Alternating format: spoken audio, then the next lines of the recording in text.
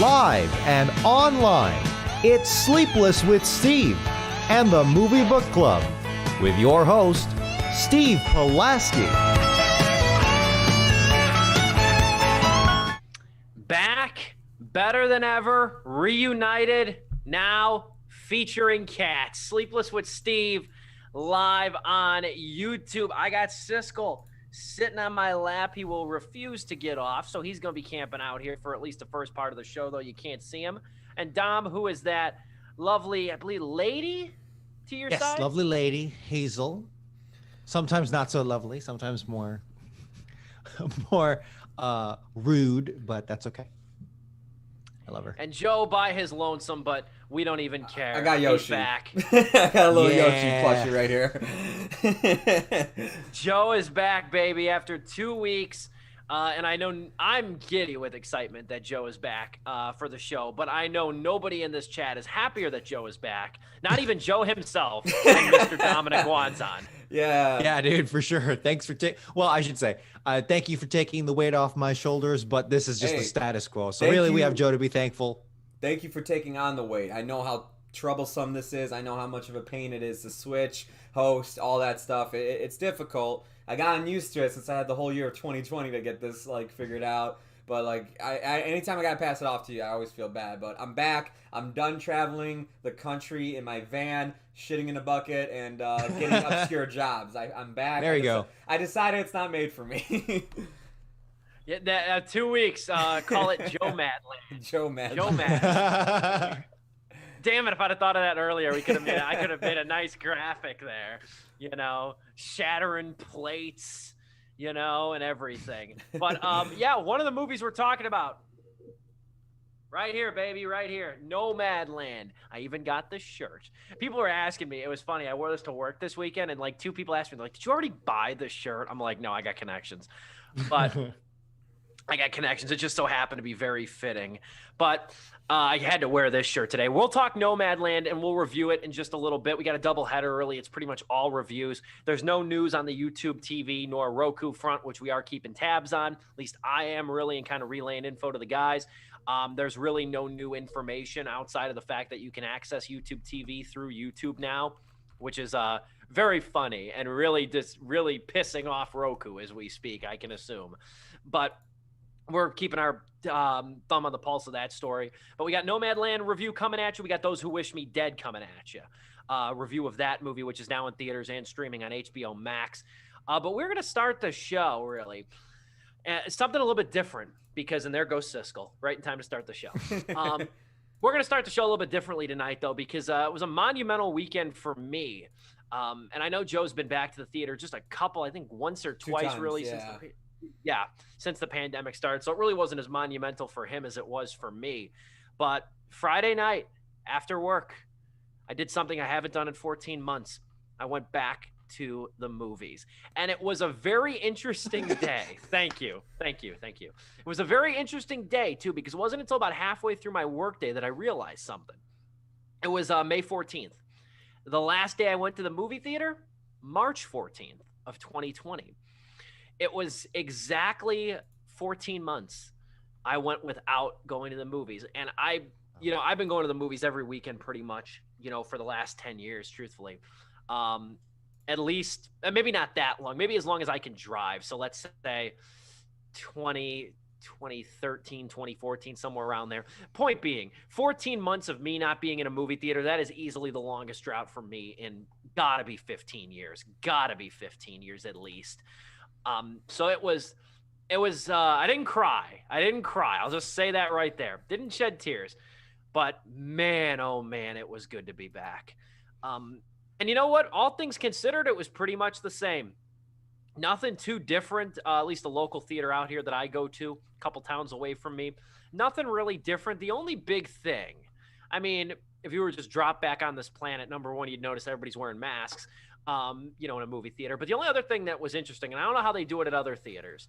This is an independent theater too, so it's a kind of a family-owned operation. But how they did it was they gave you, with your ticket, they gave you a little yellow sticker. And you took that sticker and you put it on the armrest of your chair so they knew where to sanitize after. Oh, okay. So that's how they did it for me. I don't know how they did it for you, Joe. For my theater, what they do is this will probably, they might just pick up on that if they figure that out. But what they do is they put a little like tape going across the chairs, and when you pick a seat and everything, you choose your seat on the screen, you go sit there. You have to break the tape if you want to sit down in that chair at least comfortably. Otherwise, you'd be sitting like holding your knees against your chest. So that way they know that tape is broken. Somebody sat there. So even like somebody was just like, fuck it, I want to go. Oh, I just wasted that. I want to go sit next to my family. Like, I don't care about this, spacing and whatnot. They'll still know, like, okay, that chair got broken into. Somebody sat there. We got to sanitize that one down. But I like your way too. That seems a lot like more convenient than like constantly putting tape across everything, looking like a crime scene. It seems like it, yeah, because they didn't tape off any seats, but there was a good like 8 title cards before the movie that were like, use hand sanitizer after touching heavily used surfaces. Yeah. There was the same don't sit or leave 3 spaces, 3 seats in between you and the next person. And I gotta be honest, sue me.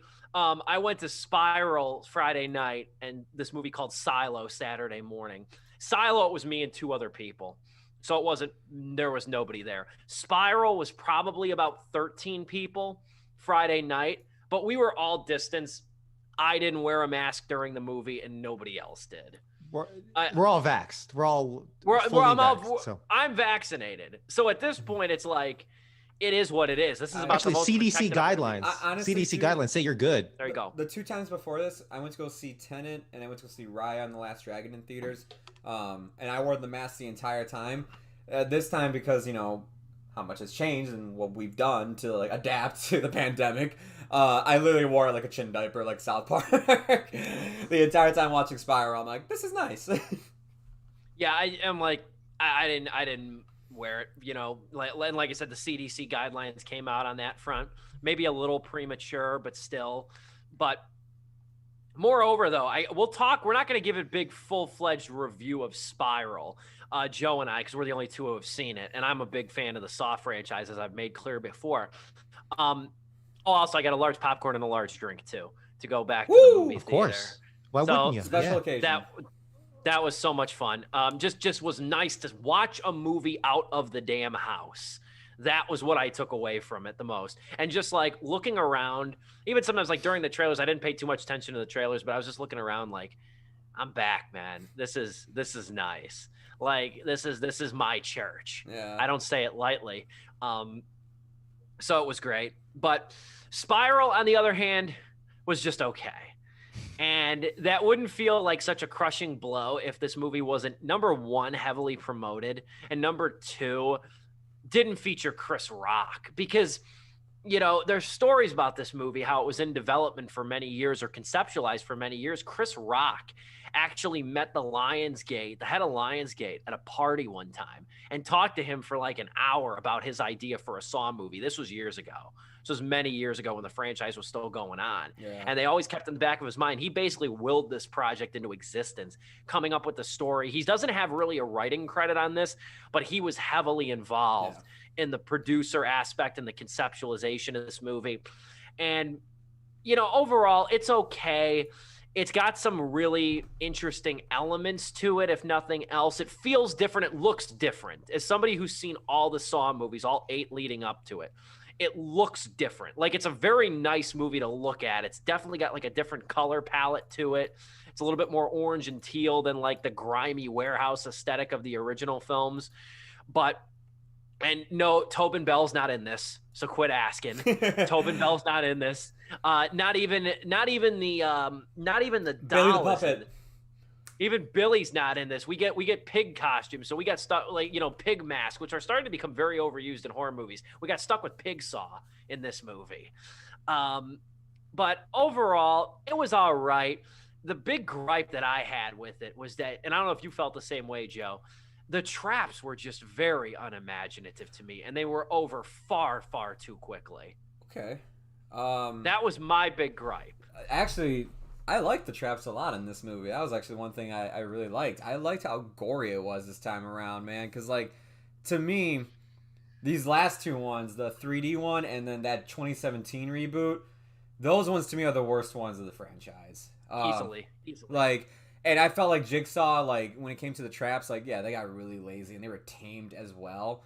This time Jigsaw around, was the worst. Yeah, this time around they were back more on what they usually do, like, and it made me squirm in my chair. There's one that involves someone's tongue, and that made me squirm a bit. And then there's one that involves fingers getting pulled, and I'm like, no. I will admit, the last one, I was kind of like, that's it? Like, I was like, that's really what you got up your sleeve for this finale one? There's one that involves glass being shot out of a cannon, and I thought that was pretty creative. I'm like, okay, that's kind of cool. Like, that was probably my favorite one. They don't go as good. For me, the Saw franchise, I like the original trilogy, but even saying that, I think 2 and 3 are weak films. I don't like 4. I don't like 5. I think 6 is a good one because it came out, I think, at a perfect time when it came to the whole stock market thing and insurance companies. So I thought like that was just like perfect timing. And then, like I said, 3D is just bad, and Jigsaw to me is the worst one. For me, I have to agree with Steve though. Like, the movie's just okay. It's not because of Chris Rock. Chris Rock, I think, actually did a pretty good job. He was great in Fargo season 4. He's good here. I did like the traps. Overall, it's just the story is really not that engaging because the story is always constantly moving, and while it doesn't sound like a bad thing, you don't really have time to digest the mystery part of this film. It's always constantly people screaming at each other. A trap is going off. Someone's dying. Like, you never really have a moment to like sit down, breathe, take your time, and really like get to know the characters in this movie, because it follows the cliches of rogue cop gets the rookie partner, his chief is up his ass and everything, the department's going against him, and it's an interesting concept too of like the police department is filled with corrupt cops except for Chris Rock, who is the only like loyal cop, honestly, and they have to come together to find this person who is trying to reform the police department because they're all corrupt, and and this Jigsaw copycat wants to reform it. And it's an interesting idea to be like, okay, you take this one cop who's turned in a dirty cop, so all the other cops in the station hate him now, and he's leading the case. Are they going to come together, do this by the books, actually like do this right, or are they going to go against each other and have a group of cops go rogue, start doing stuff dirty behind his back to get the job done, and just to screw over Chris Rock? There could have been potential for some good drama. It's just never met. That's a good way to put it. I liked Marisol Nichols as the police chief, too. I'm a big fan of her. I don't know if you recognized her, Joe. She was Audrey in Vegas Vacation. I recognize her from that. And, like, I've seen her on I don't watch the show regularly, but she was in Riverdale. I don't know if she's Riverdale.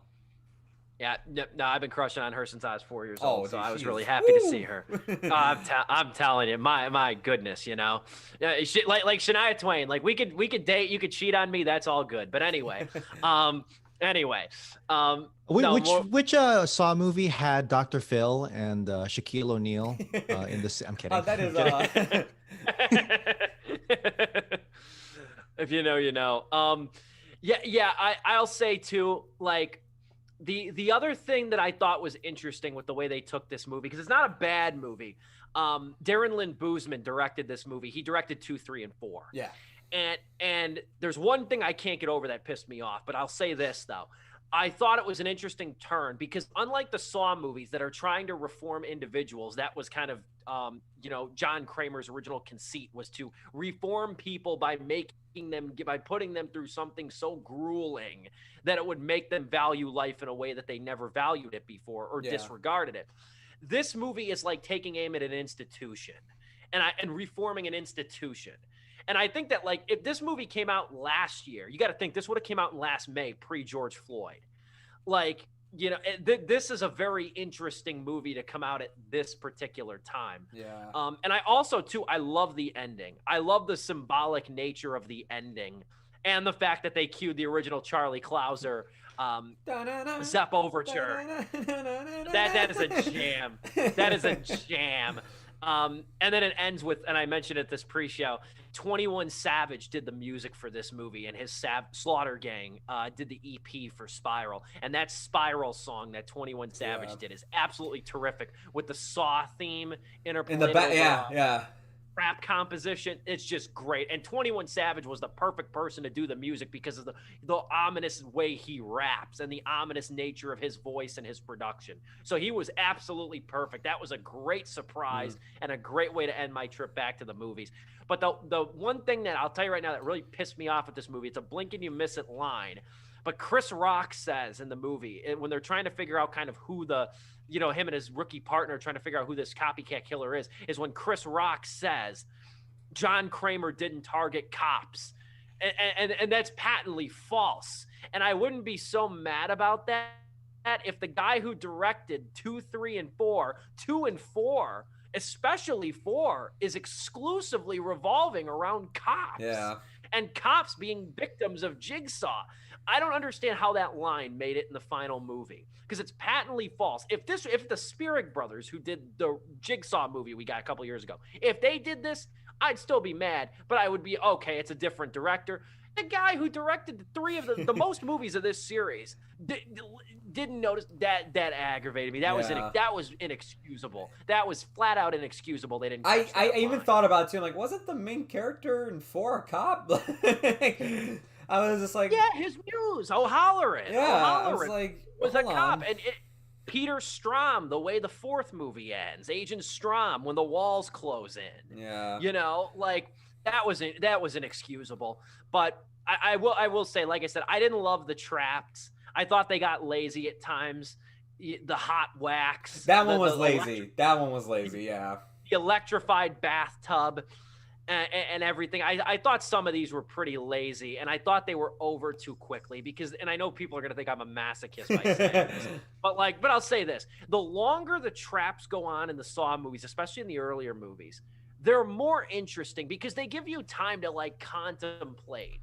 Even what would you do in that situation? Exactly, yeah. The moral quandary at hand, like ripping someone's tongue out for lying on the stand, the moral quandary that goes on here. There's more to examine when the traps go on longer than they do. Yeah. But Chris Rock is good. Samuel L. Jackson, you could believe, cranked his scenes out in a weekend. Really, he's not in this movie a whole lot. Yeah. But I will say, the more I've thought about it, and I actually found it again online and I watched it again, I do really, really like that climax. I like how it all comes together at the very end. I figured out the twist earlier than I wanted to. I figured out the twist, but I will say, though, that climax of how it comes around and the symbolic nature of what happens to Chris Rock's Detective Banks, I think that was really well handled.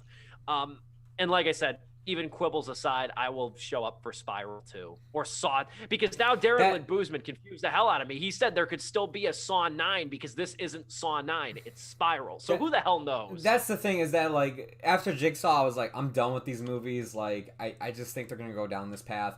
Spiral got me interested again, but it got me interested in Spiral 2, not Saw 9. I could care less about that. It's no, I'm liking this approach a little bit more. I want them to be a little bit more on the drama side, have some more detective work here and there, but get a good balance of those traps in there as well. I think you have a good combination on your hands that you can do maybe a solid trilogy with, of just different stories of different detectives, possibly. I give it 2.5 out of 4 stars. How about you? I'm a little bit meaner. I'm giving it 2 out of 4 stars, but it isn't.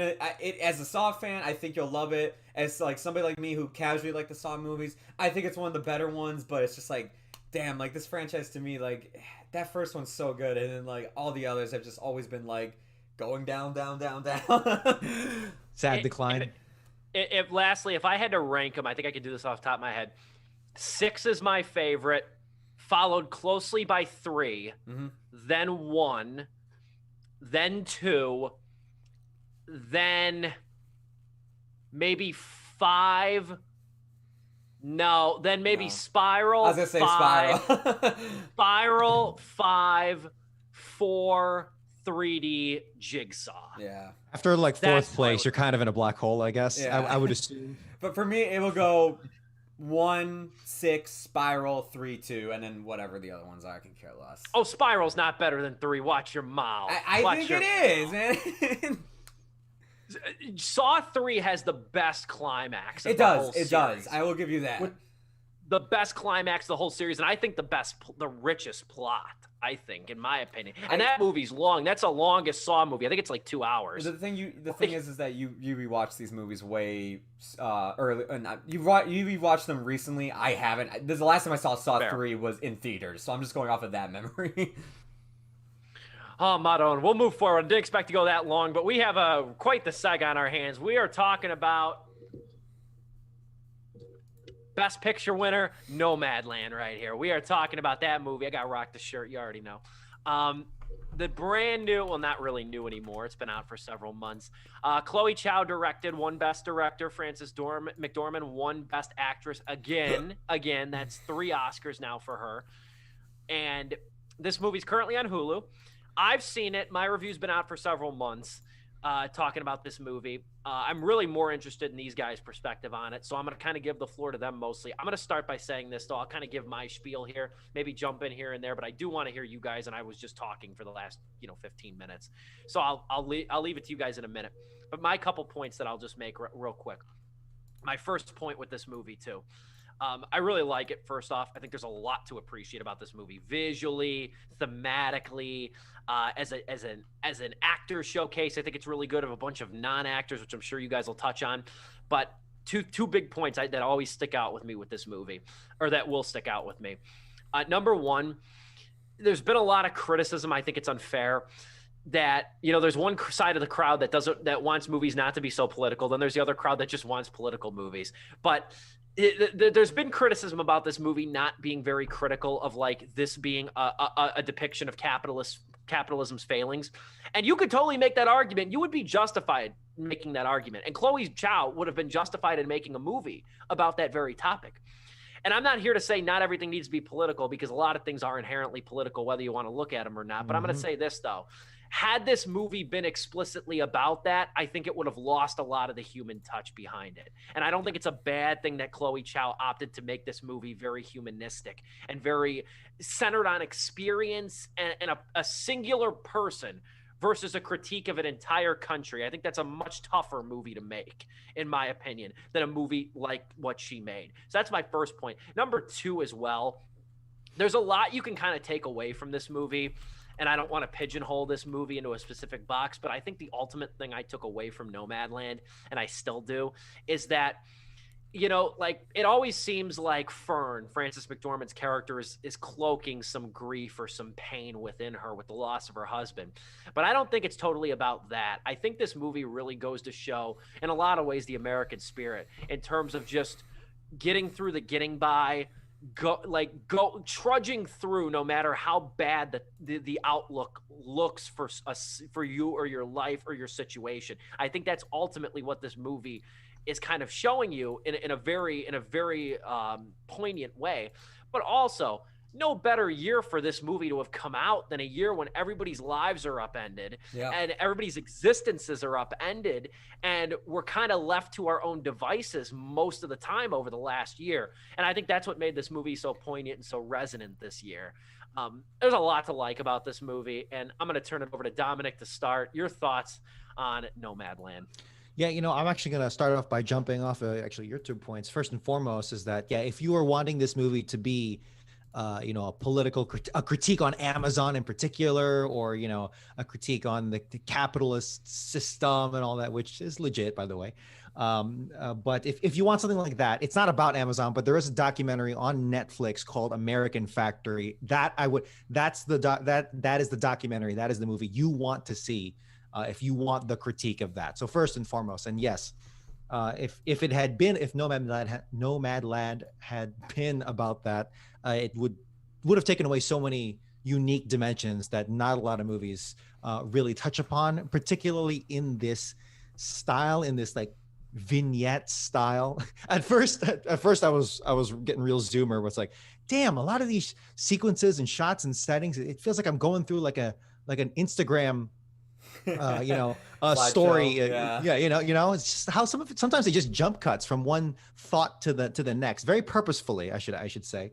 But it's a little too mean to say to some degree. But I did actually, yes, appreciate how it went from topic to topic, kind of like how a nomad does, right?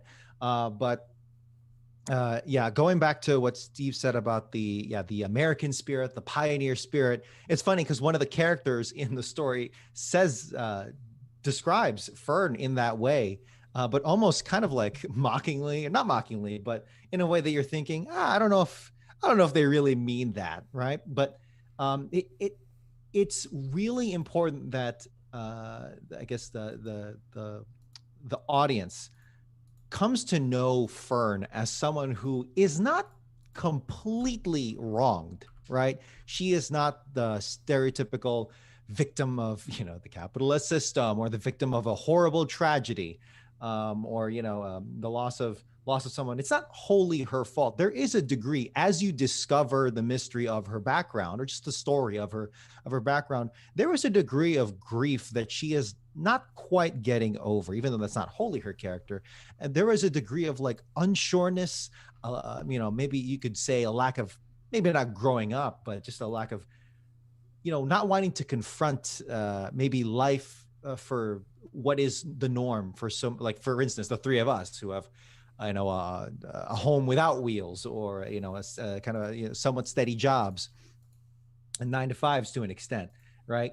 And how Fern blends in, and in many cases also contrasts with the world around her, whether she's with the nomads in the American Southwest, or maybe with workers at very many of the various odd jobs that she takes throughout the year, or when she is in that in an environment where it's more normal, it's more suburban, or it's more 9 to 5.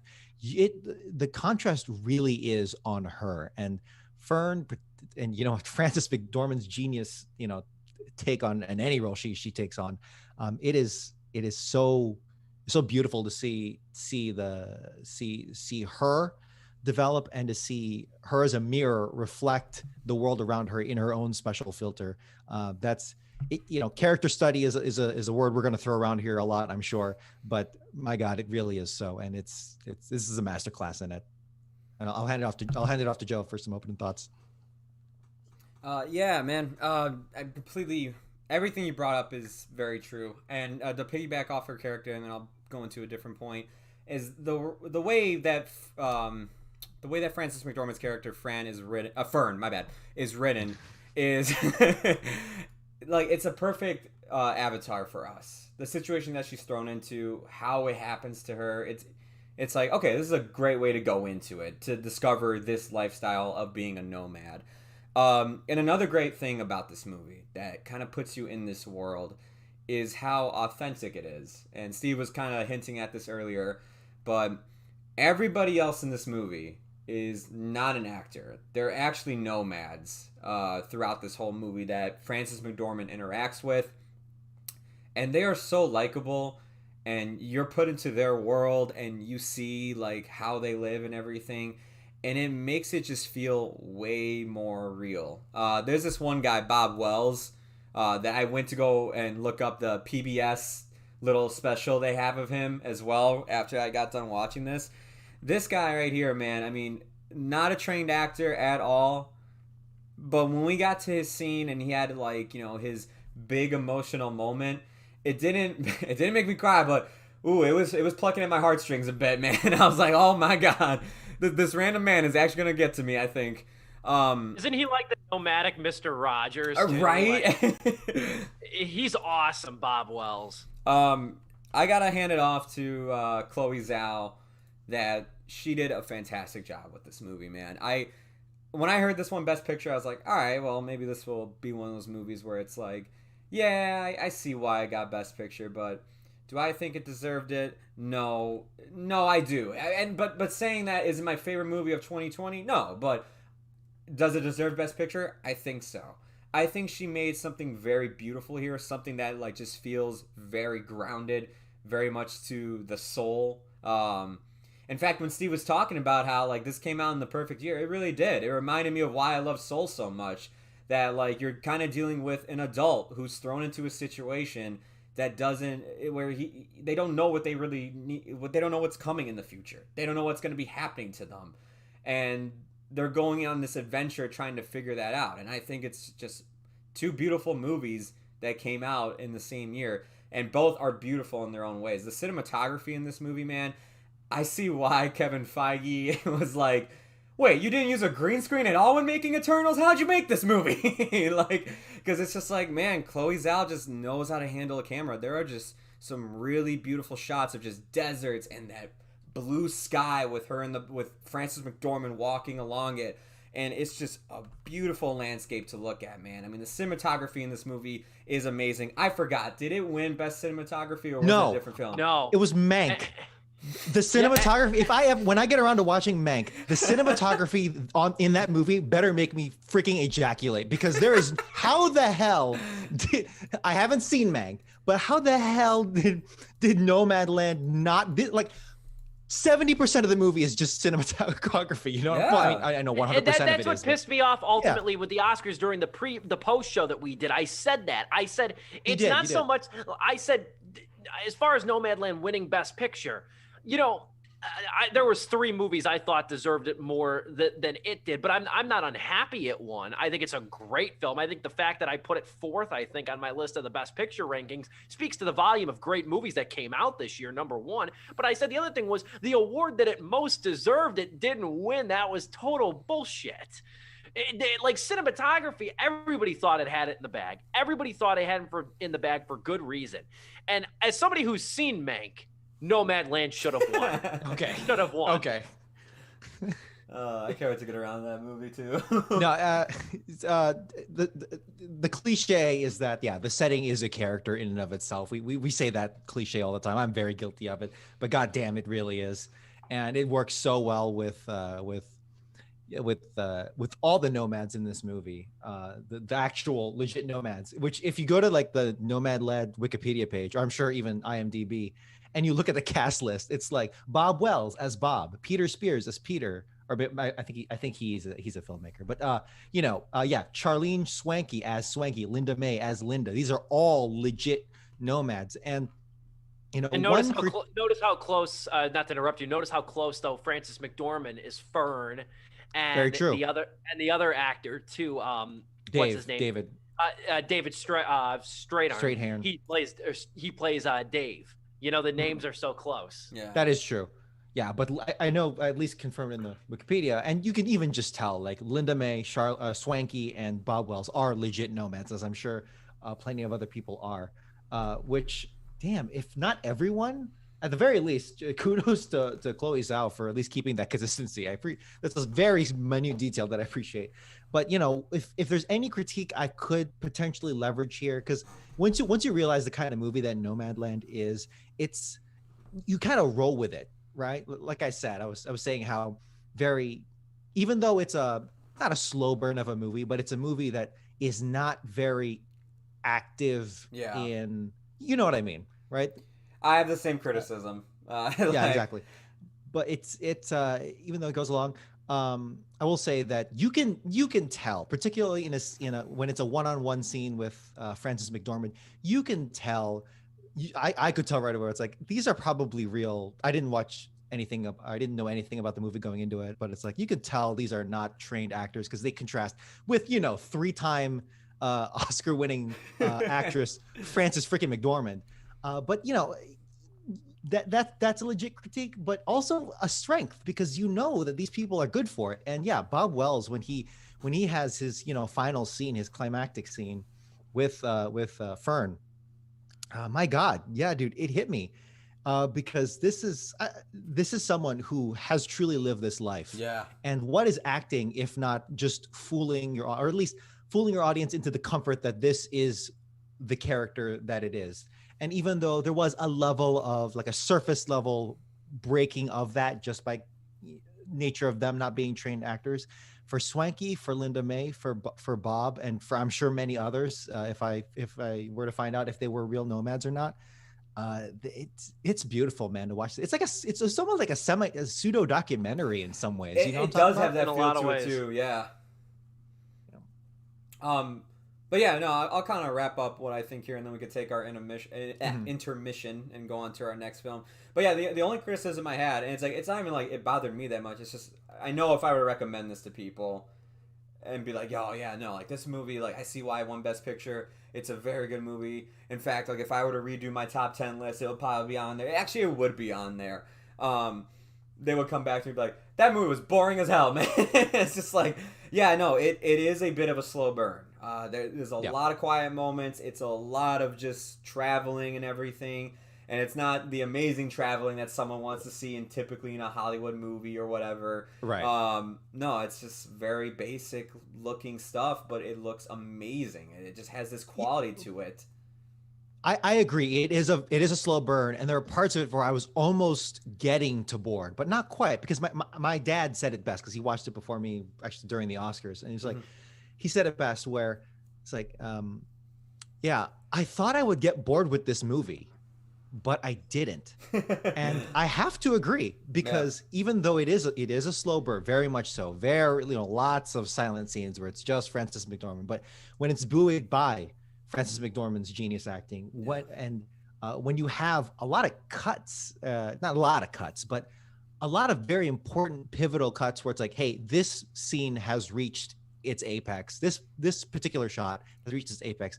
Let's go to the next one. Let's not waste any time. It's a very subtle thing that you don't notice. And if I were a film student, I would go back to this movie and like I would look at it for editing, and like just not even just editing, but pacing is editing to a degree. But just looking at that, because it did keep me going. And I don't know if I could rewatch this movie so much, but just the fact that during how long is it? Like 108 minutes, probably with some credits in there in between. It's not very long. It's only an hour. It's not very long. It wraps up pretty quick. Yeah, it kept me going. So to its credit, to Zhao's credit, it kept me going. I'm even thinking about, because like this is playing in theaters by me. I'm actually thinking about going to see it again just to watch on the big screen. Like get those shots. Yeah. That way, like it's like I've always seen it. So like if I want to like lay back or like maybe even like just like kind of like zone out for a second. It's like I know what's happening. Just I want to see some of those shots on a big screen, like and whatnot. Yeah, I know. I was pretty upset that I didn't see this on a big screen initially. Yeah, like. Anyways, if I have to give this a rating, it is it's an easy 4-star film for me. I liked it that much, man. Like, I really love this movie. I can't wait to see what Chloe Zhao does next outside of the Eternals. Like, because this to me is like, oh yeah, I love this kind of filmmaking here. Like, I really do, and I want to see more of it. Like, we don't get enough of it, and I think Chloe Zhao she's got a good start to her career, and I can't wait to see where it goes from here. Yeah, this is also easy... Oh yeah, go ahead. Sorry. Also, screw you, Bill Murray. You totally sold this movie the wrong way. Like, honestly, I thought this would be so depressing, and I'm like, no, I wasn't. I was never that depressed as you made it out to be. Anyways, go ahead, Dom. No, yeah, it's got its sad moments, but it's actually not as depressing as you would think would be looking at it, or even after watching it. But anyway, as the clock counts down, easy 3.5 out of 4 stars for me. I appreciate the hell out of this movie. I don't know if I'll go back and watch it. It's kind of like one of those movies where it's like, man, I appreciate this so much. I don't know if I can watch it again, but I think for every award that it earned, I absolutely get it. I can't argue on a single point. And just the fact that it puts a spotlight to each and every one of these real life nomads is so good, man. Linda May, she's a real one, man. Ride or die homie there. She always hooking you up. I love that. So yeah, Chloe Zhao, her third film, my God, and she's finally making that Marvel money. I don't care about Eternals. All I care about is that Chloe Zhao is getting that Marvel money, and she's good to go with other projects like Nomadland. That's what I like. I care what she does after Eternals. It's 3.5 out of 4 stars for me. Should have won best cinematography. This is Sleepless with Steve. We got to take our Zoom sponsored intermission any second now, and we will be back in just a couple of minutes on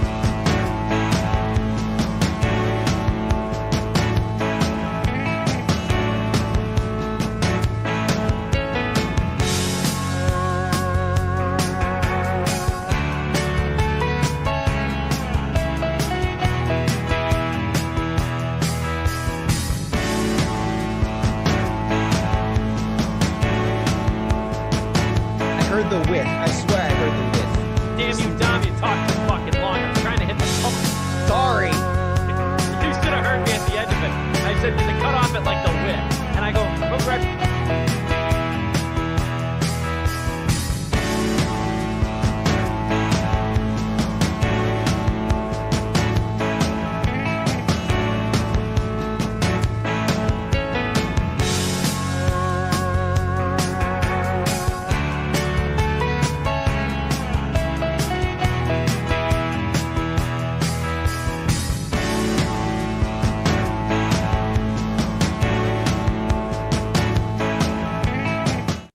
Back and better than ever on Sleepless with Steve. Didn't quite hit the post there. That one time I did when the show ended, man. I will take that to my grave. I even saved it as a clip on my Sleepless with Steve backup drive. I saved that clip. It's gold. It's my fault.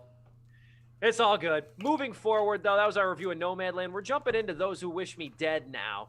And I got a lot to say about this movie. I don't know about you guys, and I think it really comes from a place of passion for the writer and director Taylor Sheridan. And Taylor Sheridan is a director and writer that I've liked for years. Joe and I, we discussed Wind River on the original show. Yeah, Did we didn't review it. I had it as number 5 of my favorite films of 2017. And then that's when we talked about it for a bit. Because I know you hold that movie in high regard, really higher regard than me, but it's still a movie that I really like. Hell or High Water is my favorite Sheridan movie. That's a good one, too. Mile. Hell or High Water, I absolutely loved. I wanted to rewatch it before watching Those Who Wish Me Dead. Didn't get he did around to it. Sicario. Mm-hmm. Oh, He did shit. Sicario. He's one of my favorite I love writers. Sicario. He's one of my favorite writers right now, man. Like he does a lot of great stuff with crime and thriller that I've been enjoying a lot recently. Bro, no wonder he did a movie set in like the American woodlands that constantly catch on fire. Dude, this is like he is so in tune with nature, or at least those wide sweeping shots. Yellowstone. Yellowstone. He's the main guy. High on Water, that. yeah. In Yellowstone, I've actually seen episodes of that. Yellowstone's really good too. Like, wow, he's a fascinating guy, and I still hold by that one day he will make a movie that's going to run away with a lot of Oscars. Those Who Wish Me Dead's not going to be that movie, though. However, I'm going to say this: if it sounds like I'm being very critical of this movie, I am, but I also like this movie enough.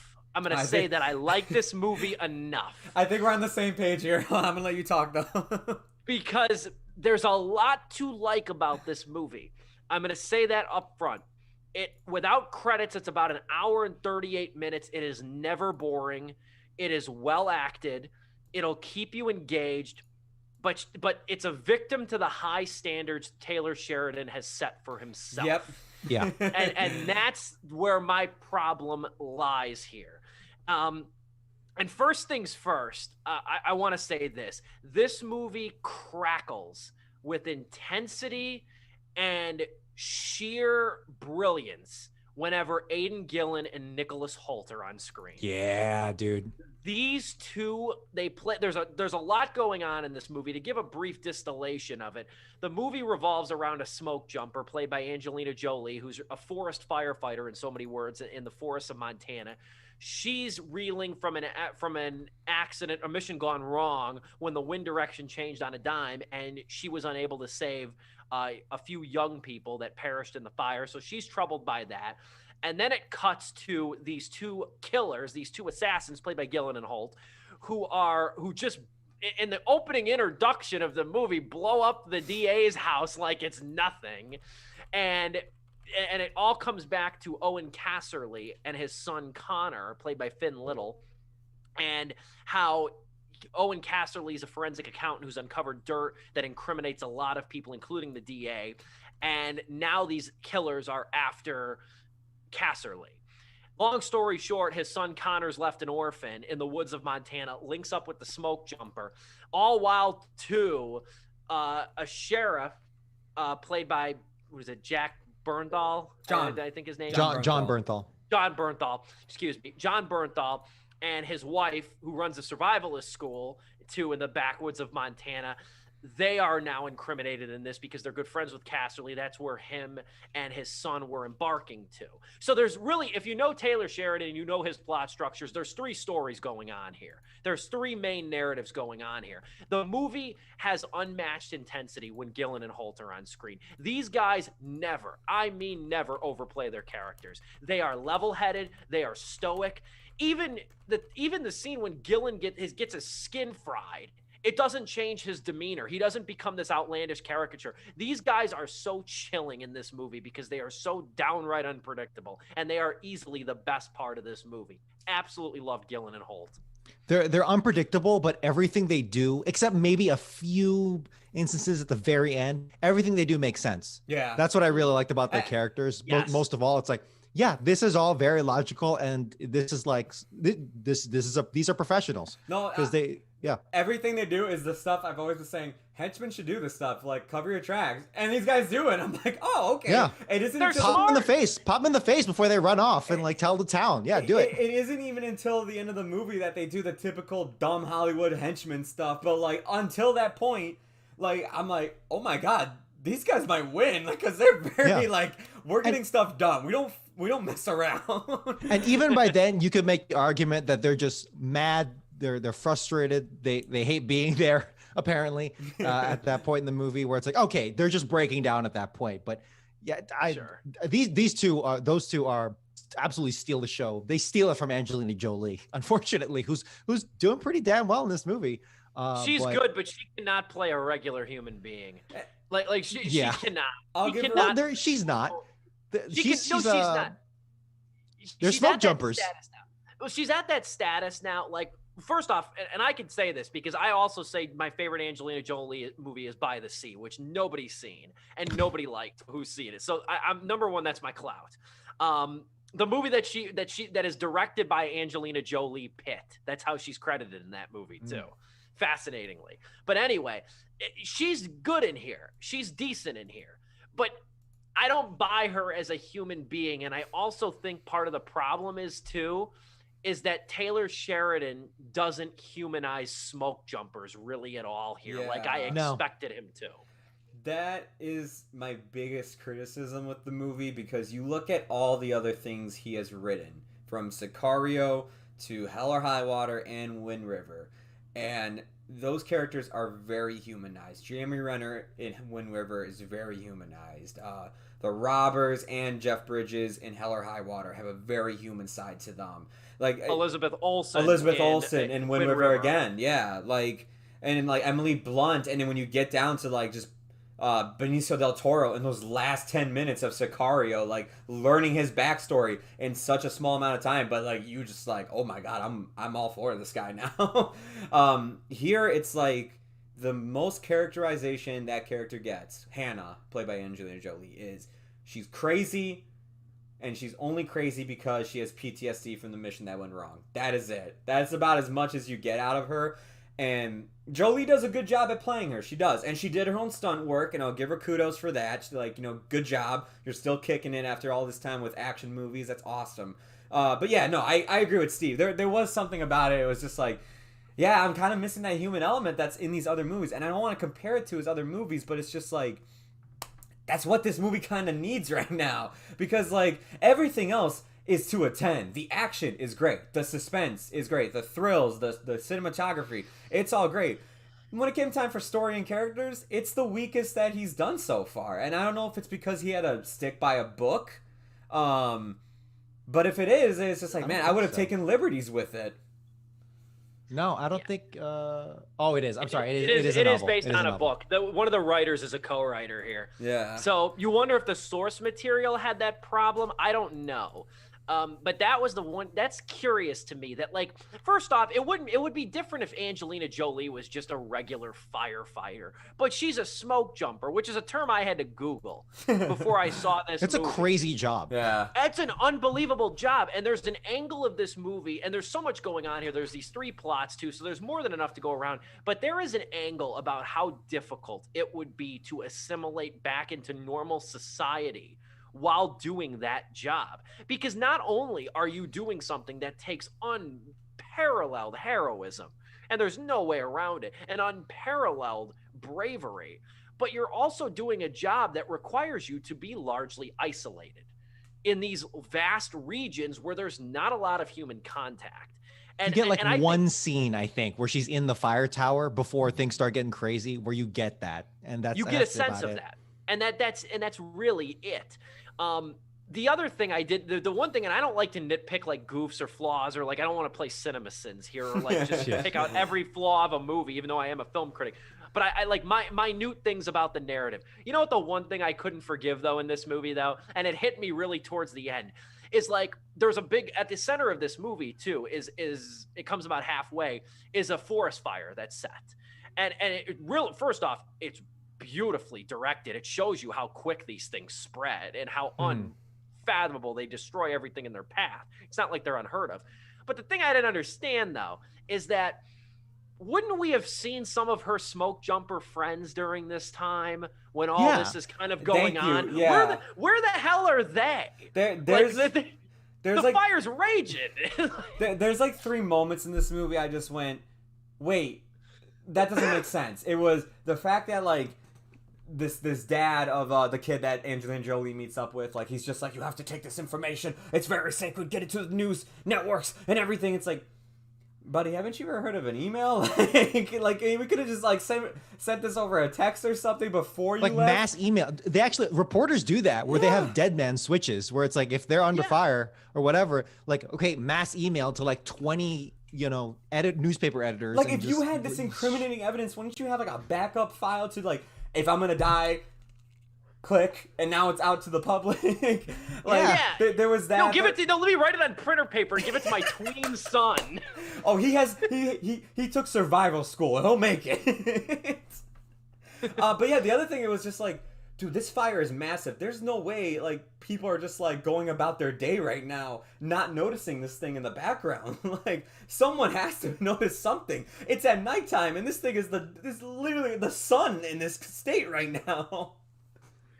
Where the hell are people? Like, and that's the thing too. My ultimate complaint, and it's like an umbrella complaint over these little minor or these other things that we've kind of touched on. And it sounds like we're hammering this movie, but I don't think we are. Is that this movie lacks the texture we've come to expect from Taylor Sheridan. Yeah, it lacks the refined details. Hell or High Water, I think, is probably. I'm going to say this. Okay. Yeah. Cause I was just kind of quickly scanning in my mind. I'll say this because I believe I said it when it came out. I think Hell or High Water of the last decade, cause that came out in 2016. Yes. That was probably one of the most all-encompassing, quintessential, canonized movies about the American South to come out in the last decade. In terms of the comprehensiveness of it, what it covered, everything from like generational poverty to generational trauma, to racism, to everything. It covered everything, and it covered it beautifully. Wind River, and the thing real quick, Wind River too, that reminded you of the gravity one person's death can have. Oh, yeah. On top for a neglected community, because it revolves around a Native American community. Like, it reminded you, all these movies of carnage and deaths, like, and even in this movie in some ways, one death. That's what Wind River revolves around. Just one person's death. And Sicario, of course, about the drug cartel in a very broad yet somehow narrow look at it to kind of peel back the buzzword that is the cartel. There's so many textures in Sheridan's movies, this one lacks it. This one's popcorn entertainment by comparison. Because even I look back at Wind River and it's just like, there's something unique to each film that he did, and like even like storyline wise, as Steve pointed out, there is something unique there. Wind River is about a cop going to a reservation and trying to work with the limitations of that Native American reservation to solve this crime. And it's just like, one, you get a cool look at that like life out there, and it's a message about that lifestyle too. Hell or High Water, Steve literally labeled everything that movie like goes over and like points out. It is one of the best modern day Western films ever. Easily. And then with Sicario, yeah, I mean, you have like, of course, the look at the cartel, but the look at like how even like something like the CIA handles like operations and how cruel and how like deceiving they are with it. Like he has something unique to this. There's nothing unique about it. It's just a survival film about these two characters trying to survive these people hunting them down, and a forest fire is also chasing them down as well. It's an intense movie, but there's nothing really like compared to all the other films he's written for. There's not anything that makes me go, now that is something unique about this crime story, this action thriller, like that sticks out from the rest. What I was watching this movie, and like most movies, if there's not like a super hyped, it's not like a big Avengers movie, or if it's like Tenet or something, I usually try and not do research on it at all, just so I can get like the cleanest slate possible. That's my approach anyway. But when I was watching this movie, it's like, damn, I can't put the violence coming from the hitmen. It's almost like it's coming out of Sicario, and lo and behold, it's Taylor freaking Sheridan. But yeah, there was a point in this movie where it, like towards probably 3/4 of it was like, oh wow, we're here already. I feel like I was wanting more out of it. And Steve said it best with popcorn entertainment. And when I got to the end of the movie, I was like, yeah, it was solid, but it was kind of lacking. But now that I know it's the dude who wrote Sicario, and Hell or High Water and Wind River, it's like, damn, dude, this is really lacking now. I did feel that to a degree, even without the Taylor Sheridan, not baggage, but just the label to it. I did feel it because, yeah, it was like, I don't know. There's so much good. It's like lopsided, right? There's a lot of good things coming from the action, from the hitmen who just completely take this movie 100%. But then in many other aspects, like Angelina Jolie's character, I feel like her character was just like a series of PSAs on how to survive lightning and fire, and you know what I'm talking about. Am I wrong in saying that I don't think her and Finn Little had, like, I think they're good independently. They're good performances. They had no chemistry. They had no chemistry whatsoever. I thought like there was by the end of the film, and you see this a lot in some movies where like by the end of the film, the characters are acting as if they have this really cool, deep relationship. And, you know, they've been through so much, which the characters have in this case, but like the movie hasn't earned this. Mm-hmm. You know, it's like, no, you're not there. You're not. I know you've been through a harrowing experience, but the way you're kind of acting and like chummy or whatever. She taught him how to get in a girl's pants by lighting a friggin' campfire. That was the most meaningful moment they shared together. Yeah, exactly. So it's like you're not to where some other iconic duos are. Yeah. Not there. They have like this run-on joke where it did make me chuckle, though. I'll give them that. But it's like every time Angelina Jolie is just like, yeah, and I had to watch these people die, and it was my fault. I led the mission wrong. And the kid, like, one up there is just like, well, I had to watch my dad die. My mom died of cancer. And she's just like, yo, I could never like have a moment. That was good. That was good. That kid is good. That kid is good. The kid is a good actor. Yeah, I was in the beginning, in the opening scenes with his father, I was like, oh, this kid's actually not getting on my nerves. And like, yeah, he's just doing, I mean, some of the things he might do. And like, I really like that, like, as a kid who went to survival school, he actually fends for himself and actually backs up the hero too when they're in danger. He doesn't like run off and like hide legit. Or like stand on the sidelines. Like, no, he got in the fight too when needed. But he plays traumatized well too. Yeah. Like in the moments when he first meets Hannah, he plays traumatized very well. Go on, Dom. Yeah. No, yeah, for sure. This movie is 100 minutes. So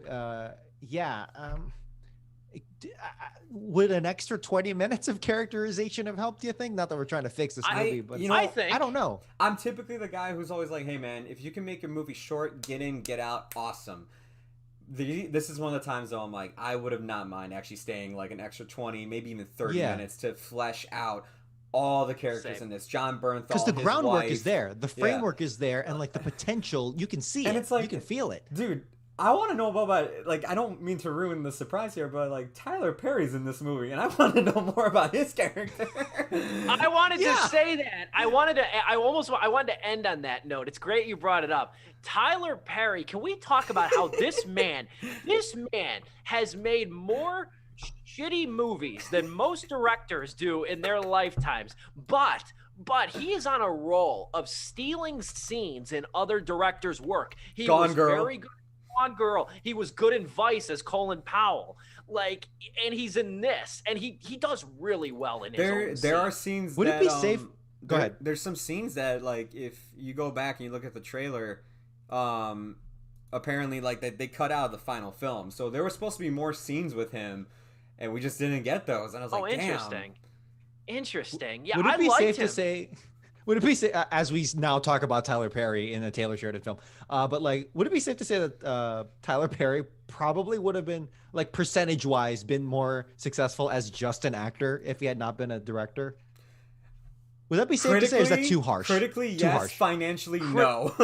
Yeah, financially, I'm not talking about financially. Yeah, financially, he's making that money, and he's a good guy apparently. So, good. Kudos to him. Financially, no, he wouldn't have won the humanitarian award #1 at the Oscars, deservedly so. But yeah, critically, that's good. Critically, in terms of the artiste factor. Yeah, absolutely, and I'll defend. He's made good movies in the past. I can name. I'm sure. I was talking to a coworker about it this week because I saw this movie. I said, Perry's made a couple good movies. I promise you they exist, but you got to weed through a lot of crap to get there. But the guy can act. No, he can. Yeah. And like he can't really act in his own stuff very well. Like stuff like I think he's just funny enough because he's too insular. I think he's too insular and he's too bang bang. He's too insulated. Exactly. He's like always like, hey, we gotta get this production done. I have to get onto my 150 other scripts I have written like in the back of the trunk right now. We've talked more about Tyler Perry's acting than Angelina Jolie's in this movie. God damn it. Tyler Perry epitomizes go mode to a fault. Like you know. We should close out, probably. Yeah. I mean, to wrap up, though, I'm going to say this again. I would not advise against seeing Those Who Wish Me Dead. If somebody came up and said, should I watch it? I'm going to say, it's an entertaining movie. There's a plethora of things to like. It's entertaining, but it's popcorn entertainment. If you're somebody who's familiar with Taylor Sheridan's work and you know how good he can be, like this movie lacks a lot of the textures and the refined details that we've come to suspect. And it's not even a matter of being, and I come back to this. This was a big crux on my written review of this movie, which you can read at influxmagazine.com, please. It's a big crux of my written review is that I said, the reason I'm hard on this movie is the standards Sheridan has set for himself. And they're a step higher than this. This one's not bad. Like, let me just say this. It's probably, when all's said and done, going to be one of the better action movies of the year, if I'm being completely blunt. It's going to be one of the better ones because Sheridan is kind of a unicorn insofar as that he's one of the few action directors these days whose movies aren't based off of IP or have anything to do with superheroes. Yeah. He's unique in that regard, and I admire him for that. All of his shootouts... Oh, sorry, go on. No, it's fine. I'll always stand in his corner for that. But this movie needed way more refinement, and I don't think it's anything that 25 more minutes, maybe almost exclusively dedicated to Jolie and Little's characters, to Hannah and Connor, almost exclusively dedicated to them, I think would have ironed out a lot of this. It's 2.5 out of 4 stars at the end of the day for me. There is a lot to like here, but I think it could have used 25 minutes and a little bit more refinement. Yeah, dude, 2.5. I also have to go along with that 2.5 out of 4 because honestly, not that, just not to be like the dude who's like, yeah, gun, shoot, but like, dude, Aidan Gillen as Nicholas Hoult as the assassin. Like, not since Sicario. Yeah, not since Sicario have I felt like these are hitmen. These are cleaners, dude. This is like professional assassin work, and I felt that. However, if you want to see a movie where I think where the package overall is better, please go watch Sicario, which Sheridan did not direct, but he did write. And something in that writing definitely bleeds through because it is a very similar kind of violence and brutality, which up until the end where it starts getting cheesy and stuff. So yeah, 2.5 out of 4. It's a good popcorn flick. But even before I knew it was Sheridan, I would still give it that rating just because you can feel it's lacking. But it is a good popcorn flick, which unfortunately for someone of Sheridan's very fine work, someone who I admire just through Sicario alone, is unfortunately popcorn flick might be is not the best heap of praise I would give him. It feels like a pejorative when talking about his work. I mean, especially with Joe and I, like I said, we're a little bit more versed in what we've seen from him too. As good as Sicario ultimately is, though. Joe, send us home. I hate to say it, this is the weakest of his films that he's written and even directed at this point. But that is not a bad thing to say, though. Like, if this is your weakest work you've put out, that's not bad at all. Like, this is actually pretty good. Positive way of saying what I was saying. Yeah. And as Steve was saying, like, you know, he finds a great way to, like, do action without having, like, an establishing IP or franchise to go off of. There are so many times in his movies, the way he writes, like, a situation, it's something so basic, like, these guys are in a tree and they're shooting at a watchtower, and it's intense as hell. They're stuck in traffic in a Mexico highway, and they're surrounded by cartel members, and it's intense as hell. Like, it's just like he finds a way to, like, write something just ordinary, but make it very intense. Unfortunately, the rest of the writing, though, in this isn't that great when it comes to the characters and story. It's a bit lacking there, but direction-wise, I think he still is doing pretty good. I had a fun time watching this. The action is good. I was on the edge of my seat, especially the longer it went on. I was getting more and more into it. I would say it gets better as it goes along, too. For me, I'll be a little bit nicer. I wouldn't be surprised, though, if, like, tomorrow I wake up and I'm like, meh. Because I did watch this today because I was on vacation, so, like, I didn't have time to, like, squeeze in stuff, so I'm coming hot into this. Right now, it is 3 out of 4 stars for me. Yeah, I get that. No, I get that. That's fine. No, I was in some ways, I was almost going to say 3 out of 4 stars, and then I thought about it, I slept on it, and then I really started to, like, not really find flaws, but find shortcomings. I literally hit B on my controller 2 minutes before I texted you guys. I was like, all right, ready to go. That's going to do it for Sleepless with Steve. What a packed show it was. Joe and I practically reviewed 3 movies tonight. Yeah, really. Really, I didn't expect Spiral to go on, but we were having a good conversation of that. Listen to the Spiral EP, too. That's my parting words for the audience, and even you, too, if you'd like. I never thought rapper Young Nudie would be in a Saw movie, but here we are. That Spiral EP is a lot of fun. I listened to it all weekend, and that 21 Savage song, my God, what a good song. But anyway, that's our show. Coming at you next week, and I'm blanking on what we are supposed to review now. Army of the Dead. I just thought of it. Army of the Dead, we will tackle that. That's coming on Netflix on Friday. It's also coming to theaters. I think it's getting a surprise theatrical release, too. It's actually in theaters now. It came out in theaters a week ahead, because I saw when walking to my screen for Spiral, and I thought about, like, after leaving Spiral, I'm like, man, should I just get ahead of the game real quick and just dip in and sneak into a movie? Yeah, I wish it was playing out here, because I would so go to the theater out here if they were showing it. Of course, they're not. But we're going to watch that. We'll talk about that, come with some news, because we didn't really tackle any news tonight. So we're going to we'll come with some news bits next week, whatever they might be. Maybe there'll be an update on the YouTube TV/Roku beef. We'll see.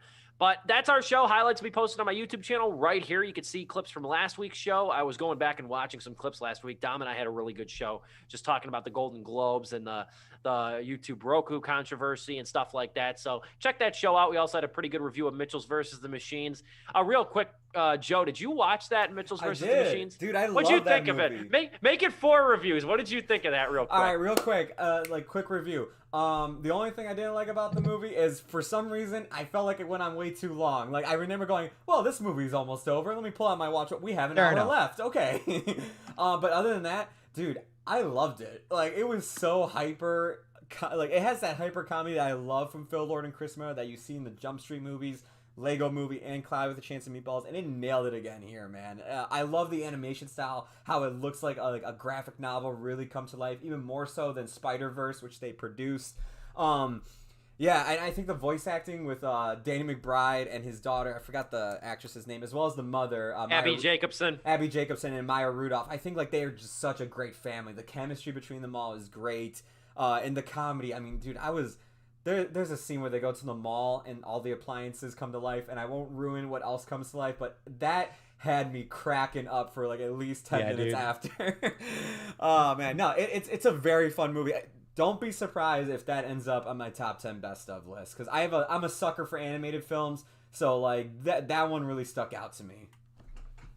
Yeah, we had a lot of fun reviewing that, and I'll say, too, like, the thing I love about it, because I've been talking with people about Mitchell's versus the Machines, it's almost impossible not to talk about, or to talk about that movie and not have a smile on your face. Yeah. Yeah. Like, that's how good it is. Like, I loved it. I thought it was great. I downloaded it on my phone for the plane ride, and that's when I watched it, because I was like, okay, well, I don't have to watch it now since I'm not going to be reviewing it with you guys, like, because of what happened, or because I'm leaving for Austin and everything. And like literally, I was watching the plane ride, and the entire time I'm like, I wish I watched this movie. I wish I got to review this movie with them. I was like so mad. That's our show, though. I'm Steve Pulaski for Joe Viso on the theater screen. Dominic Guanzon in the trademark blue polo. Come with a movie shirt next time. Like Joe's got his Fight Club shirt on. I got my Nomadland gear on. You know, my aesthetic now is having movie memorabilia and shirts and hats from the most random movies. I got a Freddy Got Fingered visor. I have a downsizing pullover. Like Freddy Got Fingered. That's my aesthetic, is having random movie memorabilia. Here, I'll make it 5 movies I review on the show because I didn't do Mortal Kombat. That's probably gonna be on my war stuff list. End of the review. Oh wow, Yeah. we weren't that hard on that one, Dom. We weren't that hard. No, we weren't. We were more mad than anything. It sounded like Joe was offended by more. I am a January can't come soon enough. I am a very big fan of the games, and I was very let Okay, down. yeah, because Dom did mention a handful of times. He's like, Joe could probably guide us more, on this than anything. At any rate, I'm really doing a long goodbye here. Steve Pulaski, Joe Viso on the theater screen, Dominic Guanzon in the blue polo. Highlights posted on this channel. We'll see you next week for Army of the Dead. Until then, it has been Sleepless with Steve.